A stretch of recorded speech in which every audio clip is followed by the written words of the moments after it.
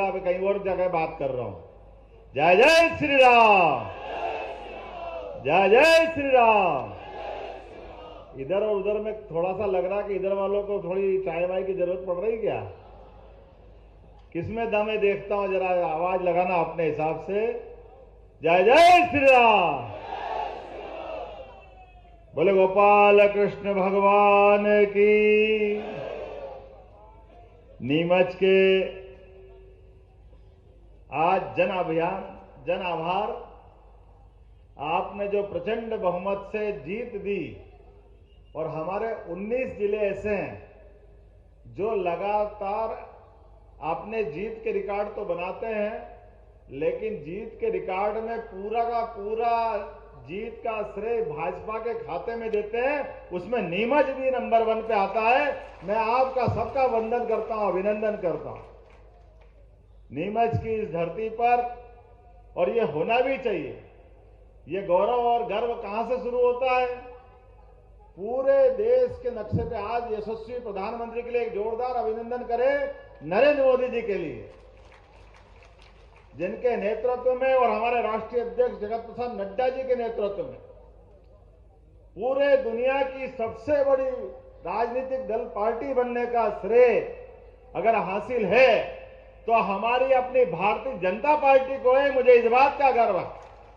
और भारतीय जनता पार्टी का यह गौरव हासिल करने का बीज मंत्र अगर कहीं पड़ा है तो सबसे पहले जनसंघ के जमाने से विजयश्री का झंडा लेने वाला भी यही जिला है जिसने गौरव और गर्व दिया।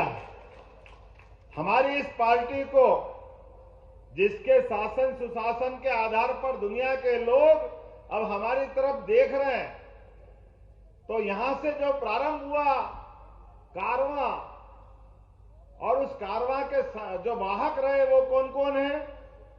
स्वर्गीय सुंदरलाल जी पटवा के कार्यक्षेत्र की धरती, स्वर्गीय वीरेंद्र कुमार सकलेचा जी की कार्यक्षेत्र की धरती, जिनके आधार पर राजनीतिक क्षेत्र में हमारे देदीप्यमान नक्षत्र की तरह यहां के राजनेताओं ने अपनी पहचान बनाई। स्वर्गीय सकलेचा जी ने पहले उप मुख्यमंत्री संवित सरकार में, बाद में मुख्यमंत्री, फिर बाद में सुंदरलाल पटवा जी, और 11 बार लोकसभा का चुनाव लड़े और 8 बार जीत का परचम फहराया। स्वर्गीय लक्ष्मण पांडे जी को कौन भूल सकता है, जिनने उपचुनाव में सीधे सीधे मुख्यमंत्री के पद पर कांग्रेस के प्रत्याशी को भाजपा या उसकी पूर्ववर्ती जनसंघ के जमाने की अपनी जीत से धूल चटाने का काम किया था। ये वो धरती है। मुझे इस बात की भी प्रसन्नता है, जिनकी वाणी के माध्यम से ऐसा लगता था कि जब वो बोलते हैं तो बोल नहीं रहे, बंदूक की गोली छूट रही है। स्वर्गीय खुमान सिंह शिवाजी के पुरुषार्थ और पराक्रम की धरती। मैं किस किस का नाम लूं? लंबी लाइन है। भागवा माता और आंतरी माता ने जो आशीर्वाद आप पे लुटाया है, वाकई उसका कोई जवाब नहीं है। दुनिया के कोई लोग नीमच से हम ये मान के चल सकते हैं कि नीमच की धरती पराक्रम और पुरुषार्थ के लिए जानी जाती है। मालवा सही अर्थ में, जहां मालवा किसको कहेंगे? मालवा माल वाले को कहेंगे, और मालवा के माल वाला ढूंढना हो तो नीमच से बढ़कर के कोई स्थान नहीं होता। जिसके अपने हाथ में यश है, किधर कौन सा काम छोड़ो। हमारे मंच पर विराजमान हमारे वरिष्ठ नेता अलग अलग दायित्वों का निर्वहन कर चुके आपके लोकप्रिय सांसद, मेरे अभिन्न मित्र माननीय सुधीर जी गुप्ता, अभिनंदन करें सुधीर जी का। मेरे साथ बहुत लंबी अच्छी दोस्ती के साथ मंत्रिमंडल में भी रहे हमारे आपके अपने नेता जावत के लोकप्रिय विधायक माननीय ओम प्रकाश सकलेचा जी, जो कल्पनाशीलता के अद्भुत धनी हैं। इस अवसर पर विद्यार्थी परिषद के जमाने से मेरे साथ कदम से कदम मिलाकर के काम करने वाले भोले भंडारी, दिलीप परिहार जी, और हम तो अभियान, अब राम मंदिर तो हो गया, और राम मंदिर के बाद जहां हमको चलना है, जमुना जी का कृष्ण कन्हैया सबकी आंखों का तारा, आपके माधव भैया भगवान के नाम राशि, मनासा के हमारे बहुत जुझारू नेता। इस अवसर पर यहां पर हमारे एक और विधायक माननीय मंदसौर के बैठे हैं, माननीय चंदर सिंह जी, उनका अभिनंदन करें। जिला अध्यक्ष पवन जी, पवन पुत्र हनुमान की, हम सब जानते भगवान की लीला ऐसी है कि हमारे अपने सबके नाम भी भगवान की सनातन संस्कृति को जय जयकार करते हुए एक पंथ दो काज करते और सबको यश मिलता और जो काम में दक्षता हासिल करते हैं। कोई बात नहीं यशपाल जी, परमात्मा आपको अगली बार हमारे साथ खड़ा करेगा। जोरदार अभिनंदन करें यशपाल जी के लिए। नगर पालिका के अध्यक्ष से काम करते करते अपने विधानसभा में अपने काम के माध्यम से पहचान बनाने वाले और हम सबके परिषद के समय के नेता मदन जी, जोरदार अभिनंदन करो मदन जी का, हमारे बहुत अच्छे नेता मदन राठौड़ जी। यहां की नगर पालिका के अध्यक्ष, अब तो स्वाति नक्षत्र आने ही वाला है, स्वाति बहन जी, स्वाति चोपड़ा जी के लिए अभिनंदन करें। सज्जन सिंह चौहान, पूरे मंच के लिए नाम लूंगा तो लंबी सूची है, एक बार पूरे मंच के लिए करतल ध्वनि से अभिनंदन कर दें। भाजपा की सरकार और प्रचंड बहुमत के साथ, वो भी हमारी कितनी सारी चुनौतियां थी, नरेंद्र मोदी जी का जवाब नहीं, इस बात में तो मानना पड़ेगा। एक बार फिर अभिनंदन करें नरेंद्र मोदी जी को लेकर। ये जो जीत हासिल हुई वर्तमान में भारतीय जनता पार्टी को, इस जीत के पीछे कई कारण हैं और उन कारणों में अगर अपन विस्तार से जाएं तो कई चुनौतियां भी मिलेगी। दोनों तरफ आप देखते जाओ। 18 के समय हमारे अपने कुल 5 विधायक कम हुए, लेकिन सरकार जो बना के गए वो सरकार को बनाते बनाते जितने झूठ बोल सकते थे, झूठ का पहाड़ खड़ा कर दिया और झूठ के पहाड़ के आधार पर सरकार बना ली। लेकिन सरकार अपने वजन से ही गिर गई, कोई दोषी नहीं उसमें और हम सब देख रहे हैं उसको। लेकिन जब दोबारा सरकार बनी, मैं पूर्व मुख्यमंत्री माननीय शिवराज सिंह जी को भी धन्यवाद देना चाहूंगा, जिन्होंने कठिन काल में सरकार बनाई और जनता की आशा अपेक्षा के आधार पर कोविड के समय की चुनौतियों से भी निपटे और कोविड की चुनौती के बाद सरकार चला करके हमारे विकास के पहियों को भी नहीं रुकने दिया। एक बार अभिनंदन करें हमारे अपने भाजपा के यशस्वी पूर्व विधायक जी के लिए। मैं आपको धन्यवाद इसलिए भी देना चाहता हूं, जब हमने जो जो कहा यशस्वी प्रधानमंत्री के नेतृत्व में, आप लाइन से उठा के देख लो, माननीय प्रधानमंत्री ने जो अपनी सरकार बनाई, वो सरकार बनाने के समय जो गौरवान्वित करने वाला सबसे बड़ा पक्ष है, वो पक्ष क्या था? लगभग 84 को छोड़ दो, वो भी स्वर्गीय इंदिरा गांधी जी का दुखद निधन हुआ और जनता की सहानुभूति कांग्रेस को मिल गई। उसका परिणाम रहा कि उस समय लोकसभा में बहुमत के साथ सरकार बनी। उसके पहले जाओ तो कांग्रेस लगातार बहुमत के आसपास या नीचे बैठती थी, लेकिन उसके बाद अस्थिरता का दौर चला, गठबंधन की सरकारों का दौर आया और यशस्वी प्रधानमंत्री माननीय स्वर्गीय भारत रत्न लाल कृष्ण आडवाणी जी के साथ जिनकी जोड़ी अलग ही पहचानी जाती थी, कोई नेता में नेता कैसा हो सकता है? स्वर्गीय अटल बिहारी वाजपेयी की सरकार, मैं उनको भी स्मरण करूंगा, जिन्होंने हमारे लोकतंत्र के अंदर जो मूल जरूरतें थी, ये ग्रामीण क्षेत्र का जिला है, बड़े पैमाने पे औषधि की खेती करते हैं, लेकिन गांव में मनुष्य नहीं रहते। दुर्भाग्य के साथ कहना पड़ रहा है कि कांग्रेस ने 47 से सरकार बना करके जब तक कि अटल जी की सरकार नहीं आई, गांव वालों को सड़क भी नसीब नहीं होने दी। प्रधानमंत्री सड़क का रूप में बड़ा योगदान अगर किसी ने दिया है तो हमारे अटल बिहारी वाजपेयी जी की सरकार के माध्यम से मिला है। स्वर्गीय अटल बिहारी वाजपेयी ने कहा कि अगर भारत का विकास करना है तो भारत का विकास बगैर गांव के विकास के संभव नहीं हो सकता। गांव को छोड़ के कोई कैसे बढ़ सकता है?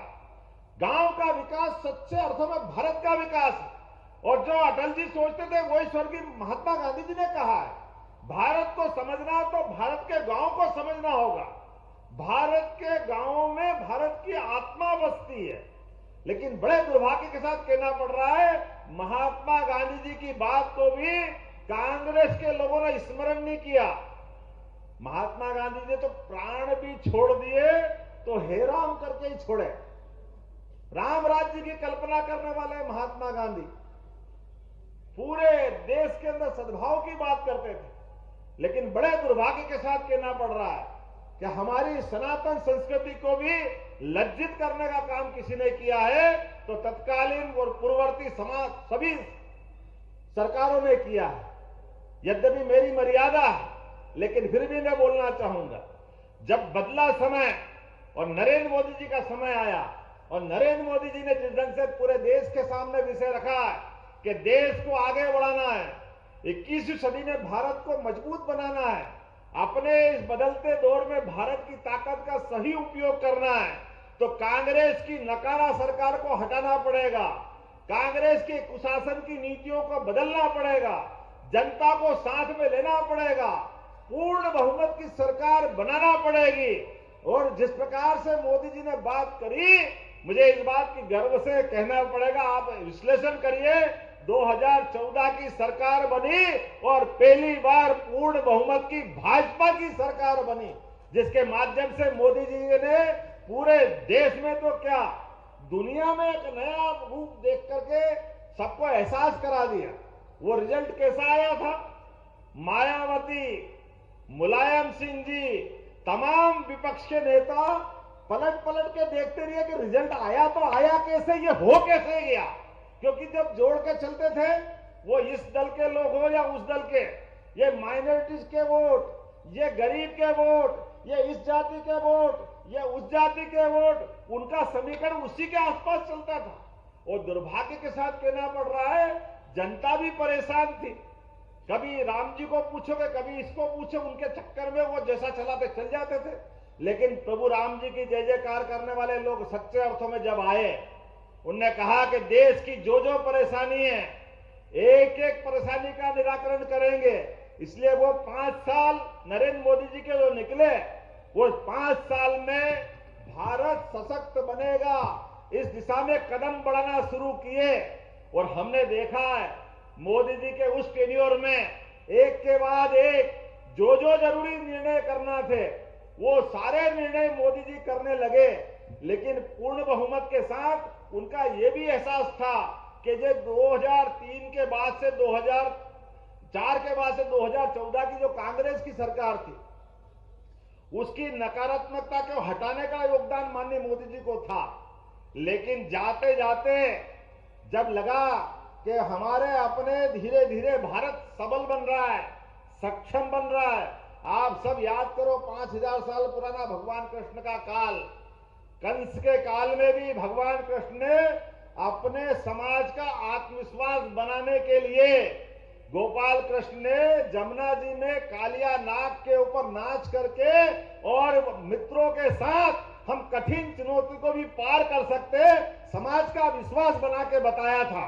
वो कन्हैया ने एक बार नहीं, दूसरी बार गोवर्धन पर्वत को उठा करके समाज की ताकत जब इकट्ठी होती है तो हम बड़ी से बड़ी चुनौती में इंद्र के इंद्रासन को चुनौती दे करके उस समय भी समाज की ताकत का एहसास कराया था। इसी प्रकार से नरेंद्र मोदी जी ने हमारी बॉर्डर पर जो पड़ोस के दुश्मन हमारे सैनिकों का सर काट के ले जाते थे, आतंकवादी घटना होती थी, इन घटनाओं का मुंह तोड़ जवाब देते देते जो बताया वो सर्जिकल स्ट्राइक, वो एयर स्ट्राइक, पूरा देश नरेंद्र मोदी जी को सिर आंखों पे उठा करके 2019 के प्रचंड बहुमत के साथ फिर सरकार में लाया।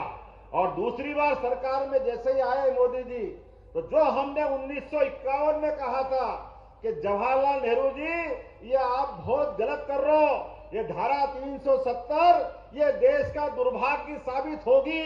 एक देश में 2 निशान, 2 विधान, 2 प्रधान, ये नहीं चलना चाहिए। लेकिन दुर्भाग्य के साथ तब उन बात का मखौल उड़ाया गया था। लेकिन धन्य है डॉक्टर मुखर्जी, जिनने कहा कि जो मैं कह रहा हूं वो सत्य है। चाहे मेरे प्राण चले जाए, लेकिन मैं देश के ऐसे मामलों को अवॉइड नहीं कर सकता हूं। भारत सरकार के मंत्रिमंडल में से इस्तीफा दे करके, अपने प्राणों की आहुति दे करके जो देश के सामने उदाहरण पेश किया, वो परिणाम हमने देखा कि उस समय बताई गई चुनौती 40,000 से ज्यादा देशभक्तों को कश्मीर की आतंकवादी घटना में, चाहे पुलिस के कर्मी हो, चाहे सैन्य कर्मी हो, चाहे नागरिक हो, सबको अपने प्राणों की आहुति देना पड़ी। ये पाप किसके माथे है? ये कांग्रेस के माथे है। और मुझे इस बात का गर्व है, जैसे ही दूसरी बार सरकार बनी, जो हमने कहा था वो करके दिखाया। कश्मीर को धारा 370 से मुक्त करके दिखाया कि ऐसा पाप ये चल नहीं सकता है। कश्मीर तो केसर की क्यारी, पर्यटकों की दृष्टि से दुनिया का सबसे अच्छा केंद्र है। ऐसे कश्मीर स्वर्ग का टुकड़ा माना गया, तो उसको मुक्त कराने के लिए कौन रोक सकता था? लेकिन जरूरत थी नरेंद्र मोदी नर बहादुर जी की, जिनके कारण से ये हमको गर्व और गौरव मिला। हमारी सरकार में कितना दम होता है, इसका निर्णय हमने देखा। आप याद करो, धारा 370 के बाद सुप्रीम कोर्ट ने फैसला दिया भगवान राम का, बोला जय जय श्री राम, और जय जय श्री राम का नारा लगाने से हमारे अपने उस अंतरंग संबंध तक जुड़ जाते हैं जो राम राज्य की कल्पना करते हैं, राम राज्य की कामना करते हैं। मुझे इस बात की प्रसन्नता है, सुप्रीम कोर्ट ने फैसला दिया भगवान राम का, लेकिन सुप्रीम कोर्ट ने फैसला तो 3 तलाक का भी दिया था, मुस्लिम बहनों की इज्जत का भी। तब भी पूर्ण बहुमत की सरकार थी, लेकिन उस पूर्ण बहुमत की सरकार में कलेजा नहीं था, दम नहीं था, इसलिए उस निर्णय को लागू नहीं करा पाए। लेकिन इन नर बहादुर ने अपने भगवान राम के फैसले को भी लागू करके दिखाया कि जो सरकार चाहती है, सरकार में दम होना चाहिए। जिसपे इतनी बड़ी बहुसंख्यक आबादी भरोसा करती है, तो हम उनको इस विषय को ठंडा नहीं छोड़ सकते। इसलिए वो भगवान राम के मंदिर के निर्माण में भी प्रधानमंत्री पहली बार जाकर के न केवल शिलान्यास में बैठे, और पूरे देश ने भरोसा किया, क्या हिंदू क्या मुसलमान, बाल बराबर कोई दुर्घटना नहीं हुई, कोई घटना नहीं घटी, लेकिन शिलान्यास भी हुआ। और इस 22 जनवरी को दुनिया ने देखा, हमारे देश के अंदर हिंदू मुसलमान को लड़ाने वाले लोगों के मुंह काले हो गए। उनको एहसास हुआ कि अगर देश के अंदर अच्छी ढंग से बात रखी जाए तो पूरा देश सुनता है, पूरा देश लोकतंत्र की जय जयकार करता है। एक बार मेरे साथ बोलिए जय जय श्री राम। और ऐसे एक नहीं कई निर्णय, और ये हमारी सरकार बनी, सरकार के बनने के बाद हमने भी ऐसे निर्णय प्रारंभ किए। माननीय मोदी जी ने कहा, अब की बार तीसरी बार जब मोदी जी की सरकार बनेगी, तो मोदी जी की सरकार भारत को दुनिया का नंबर 1 देश बनाने के लिए बनेगी। जोरदार अभिनंदन करो। अब चुनाव के मुहाने पे हम खड़े, हम अगर लोकसभा की तरफ बढ़ रहे हैं तो हमको स्मरण रहना चाहिए कि हम अगर चुनाव में जा रहे हैं तो किस बात के लिए जा रहे हैं। चुनाव भारत को भव्य बनाने के लिए, भारत की आत्मा के दिव्यता को जगाने के लिए, सनातन संस्कृति को आगे बढ़ाने के लिए। अब हम आगे बढ़ रहे हैं तो भारत को सक्षम और सबल बनाने के लिए, और केवल भारत को नहीं बनाने के लिए, हमारे उस उदात्त विचार के लिए जिसके कारण से भारत दुनिया में जाना जाता है। वसुदेव कुटुंबकम की भावनाओं को लेकर के समूचे दुनिया में भारत की मानवता को स्थापित करने के लिए आगे बढ़ रहे हैं। इसलिए कई निर्णय हमने किए। आप बताओ, खुले में क्या बिकता था, कहां बिकता था? यही बाजार में बिकता था। अभी कहीं मिलता है क्या? क्यों नहीं मिलता है? क्योंकि आपने ये जो ठप्पा लगाया, आपने बटन दबाया। और कमल तो इसी बात का प्रतीक होता कि नहीं होता है? हम तो उस मार्ग वाले लोग हैं। ये फालतू की आवाज भी बंद हुई कि नहीं हुई? अगर हुई है तो मेरी बात समझ में आई कि नहीं आई? हमने कोई दल विशेष की बात नहीं कही, हमने धर्म विशेष की बात नहीं कही, लेकिन जो कहा बोला नहीं है, करके दिखाया। ये करके दिखाने वालों की सरकार है, जिसके निर्णयों के लिए निर्णय की आवाज आना चाहिए, बोलने की आवाज नहीं आना चाहिए। बोला तो फिर क्या बोला? बोलता तो काम है, काम ही बोलता है। आज के इस अवसर पर आपने देखा, वर्षों से कुलपति कुलपति कुलपति। अरे भैया, हमारे यहां तो गुरुकुल पद्धति थी, कुलपति कहां से आ गए? आए जहां से हमने कहा नमस्कार, अब से सभी कुलपति कुलगुरु कहे जाएंगे। ये लागू हुआ कि नहीं हुआ? ये हमारी पद्धति है, ये सनातन धर्म की पद्धति है। हमारी गुरुकुल पद्धति नई थोड़ी है। भगवान कृष्ण के काल से, भगवान राम के काल से, अब इनको बदलने की जरूरत है कि नहीं? हमने कहा हमारी सरकार में वर्तमान के दौर में जो समय चल रहा है, आप बताओ, मोदी जी ने विकसित भारत की यात्रा निकाली। विकसित भारत, मध्य प्रदेश विकसित, इस आधार पर लगभग 54 लाख लोगों को लाभ दिलाया। और एक दो नहीं, हमारे लिए तो कई सारे मौके। अब टंट्या मामा आज भी महू से जाने वाली ट्रेन टंट्या मामा के जन्म स्थल पर 2 मिनट रुक करके सम्मान देती है। लेकिन टंट्या मामा को इनने क्या बता रखा था? टंट्या मामा पुराने सरकार के दायरे में शिक्षा नीति के माध्यम से उनको कहा, जो क्रांतिकारी है, जो देशभक्त है, उनको कहा कि ये देशभक्त नहीं है। हमने कहा कौन कहता नहीं है? अब हमारी सरकार है, टंट्या मामा के नाम से ही विश्वविद्यालय बना दिया, क्रांतिवीर टंट्या मामा। और हमने उद्घाटन कराने के लिए यशस्वी प्रधानमंत्री को बुलाया। स्वर्गीय तात्या टोपे गुना में विश्वविद्यालय खोल रहे हैं, उनके नाम पर एक यूनिवर्सिटी खोली गई। रानी अवंतीबाई लोधी और तो हमारे पुराने जितने क्रांतिकारी हैं, रानी दुर्गावती जिसने एक बार नहीं 2-2 बार अकबर को धूल चटाई, शेरशाह सूरी के महान एक अलग प्रकार के उस समय के शासक को भी धूल चटाई, ऐसी महारानी के नाम पर हमने पहली कैबिनेट की। और आज के इस अवसर पर मैं आपको बताना चाहूंगा कि उन्हीं के नाम पर आपके अभी तेंदुपत्ता इकट्ठा करने वाले लोग हैं। तीनों विधानसभा में 3000 रुपए बोरा देते थे, अब 1000 उनका बढ़ा करके भी 4000 रुपया प्रति बोरा दे करके ये बड़ी सौगात हमने देने का प्रयास किया। ये सरकार गरीबों की सरकार है, ये सरकार संवेदनशील की सरकार है। हमारे किसी भी व्यक्ति का, आम जनता का अपमान पसंद नहीं करेंगे। आपने सबने देखा, ड्राइवर है तो क्या हो गया? ड्राइवर की इज्जत नहीं है क्या? ड्राइवर तो क्या हो गया? वो मनुष्य नहीं है क्या? अरे ड्राइवर हो, किसान हो, मजदूर हो, ये जनता के दर्द को समझने वाली सरकार है। अधिकारियों से भी कहा गया कि भैया हम किसी का अपमान नहीं करना जानते, लेकिन आप हमारे सम्मान का भी ध्यान रखो। आपने हमारे को छेड़ा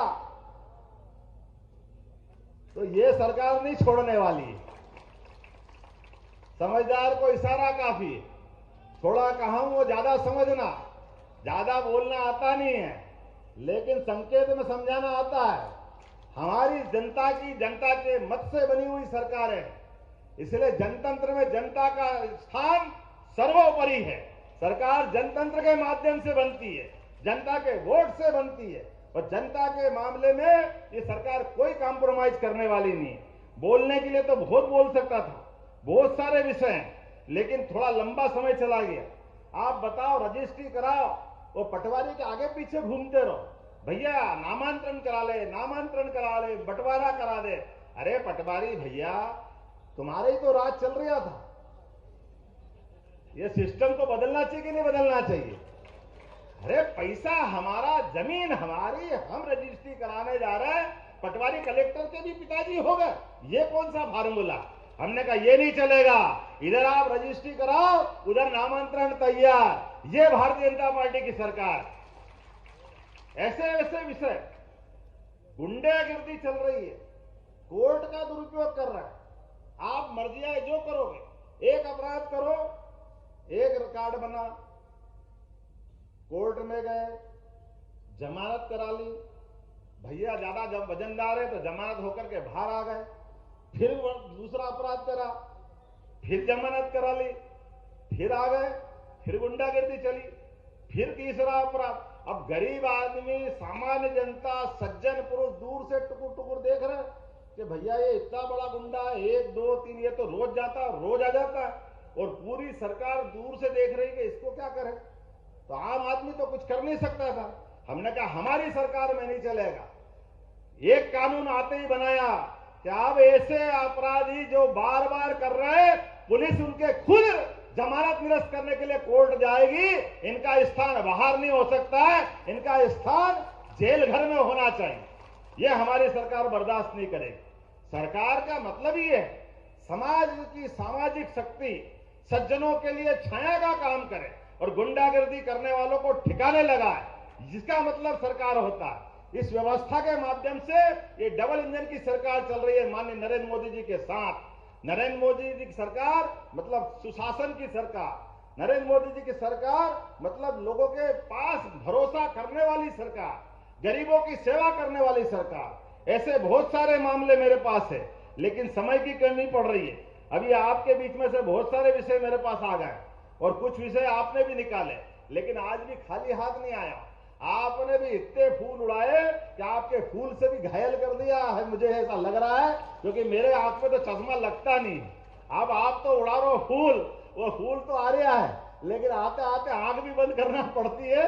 लेकिन ये नीमच का प्रेम, मैं विद्यार्थी परिषद के समय से आता रहा और नीमच तो मेरे से ऐसा लगता है कि जैसे मेरे हृदय का टुकड़ा।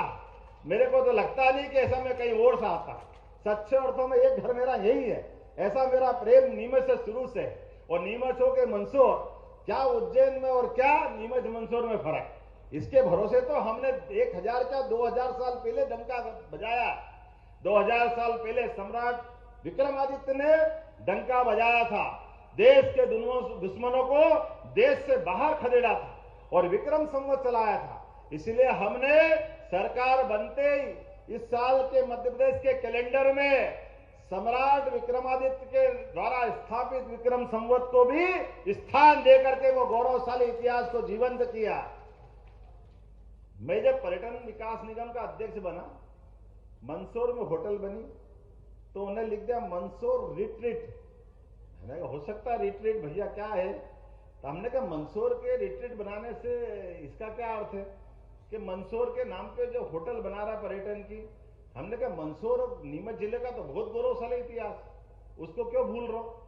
बोले किसका नाम, मैंने हर्षवर्धन कहाँ के थे, यहीं के थे ना सर, यशोधर्मन यहीं के थे ना। यशपाल जी आपसे भी बात करी थी, हमने कहा ये अगर होटल बन रही तो यशोधर्मन जी को नमन नहीं करना चाहिए।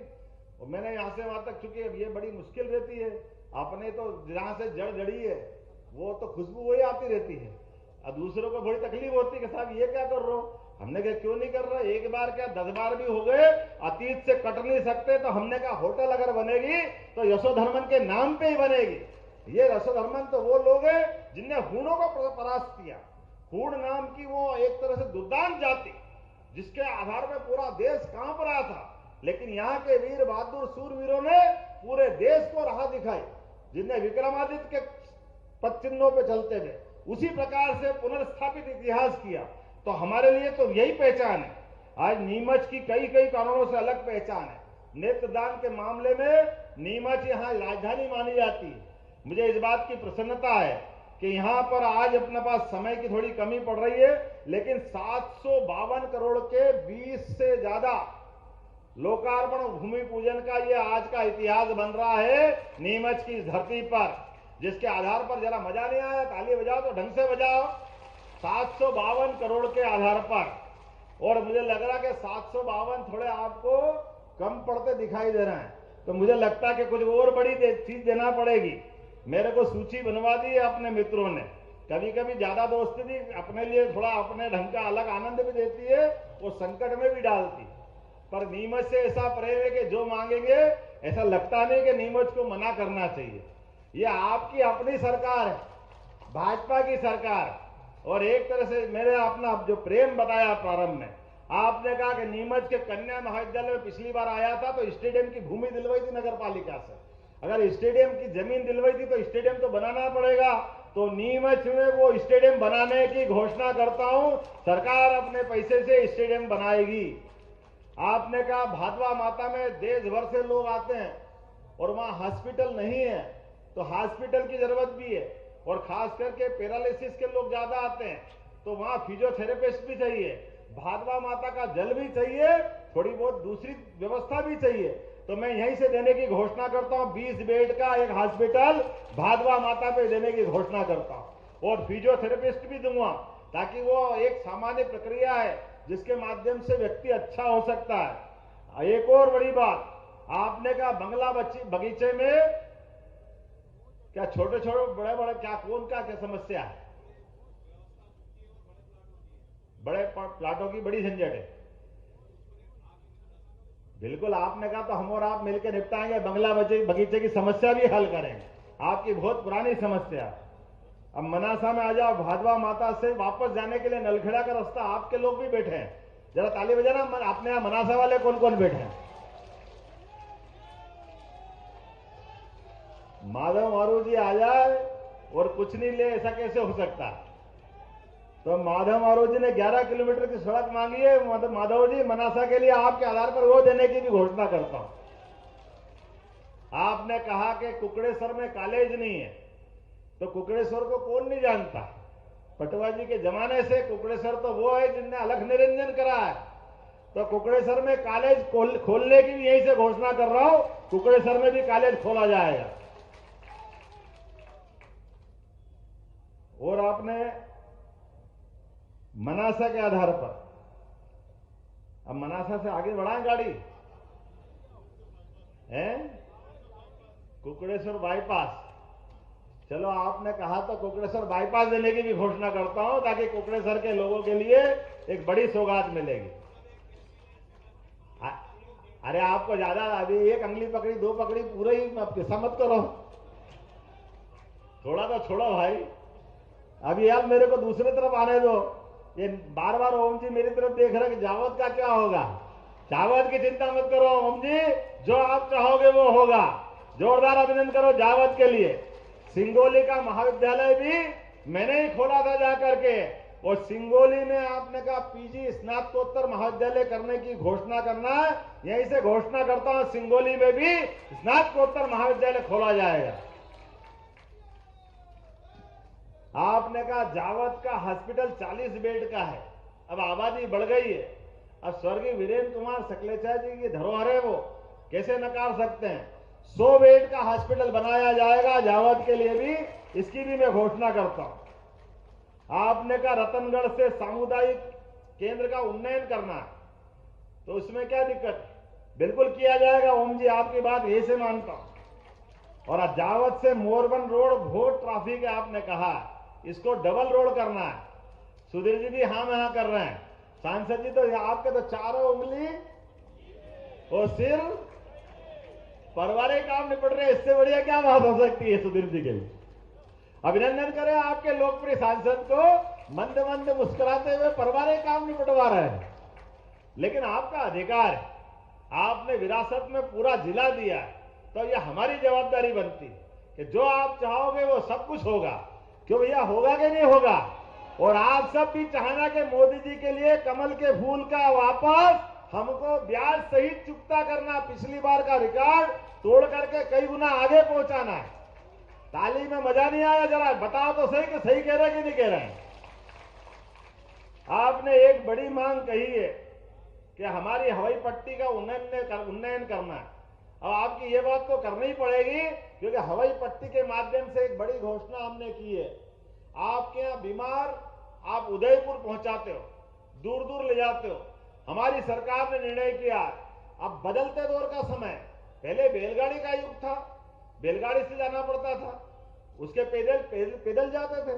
आज बड़ी गाड़ियों का बस समय आ गया तो बड़ी गाड़ी में जाते हैं। लेकिन अब एम्बुलेंस भी ऐसा लगता है कि प्राण बचाने के लिए कम पड़ता समय।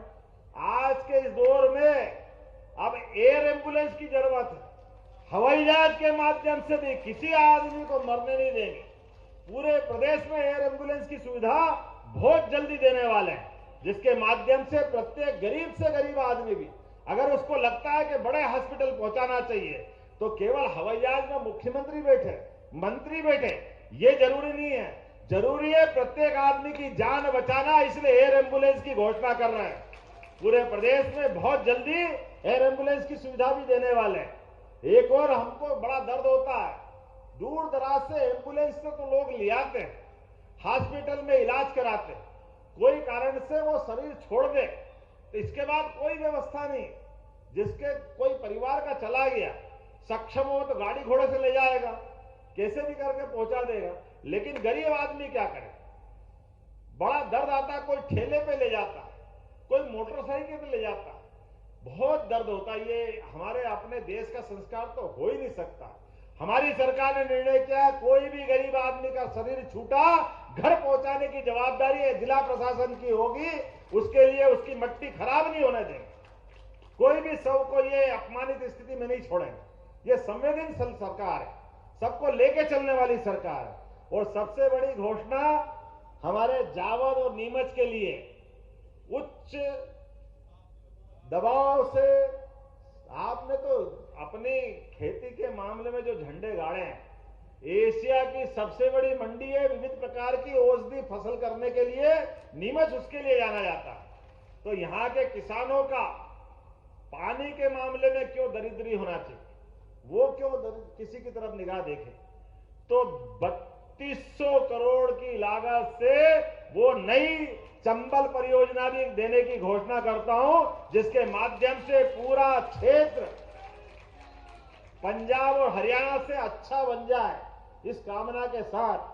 अब आप इतनी लंबी बात कराई जा रहे हो कि मेरे को बात भी तो खत्म करना है, मुझे और जगह कहीं जाना है।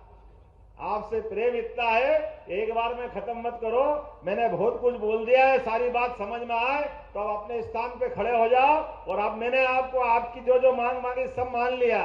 हम और आप संकल्प करें, आने वाले समय में यशस्वी नरेंद्र मोदी जी की सरकार फिर बनवाने के लिए अब जब तक कि एक एक वोट भाजपा के पक्ष में न पड़ जाए तब तक हम चैन से नहीं बैठेंगे।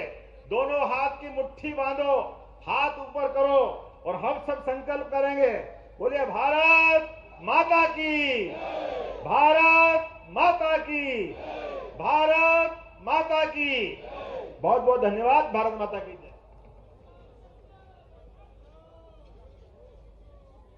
हेलो, बहुत बहुत धन्यवाद माननीय मुख्यमंत्री महोदय। अब मंच के माध्यम से हम हितलाभ वितरण करेंगे। हितग्राहियों को हम मंच पर आमंत्रित कर रहे हैं। कृपया आप पीछे से रास्ता हितग्राही को आने के लिए दे देंगे। मैं आमंत्रित कर रहा हूं पंचायत एवं ग्रामीण विकास विभाग से रागिनी कुमार को, कृपया आएंगी और इन्हें किसान सहेली आजीविका समूह इंडियन बैंक।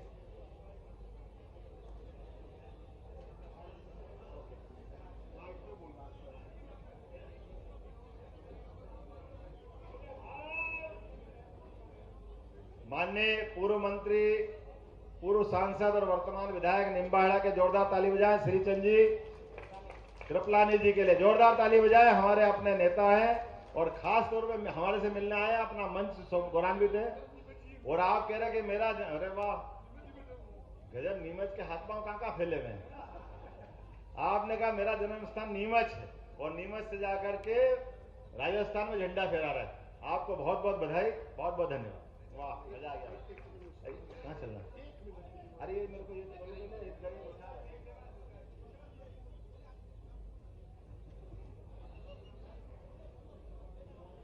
रागिनी कुमार, ग्राम सरवानिया बोर विकास का नीमच, आ जाएंगी। इसके पश्चात थोड़ा रास्ता छोड़ देंगे, सामने मंच के सामने से थोड़ा रास्ता छोड़ देंगे, पीछे दब जाएंगे। इसके पश्चात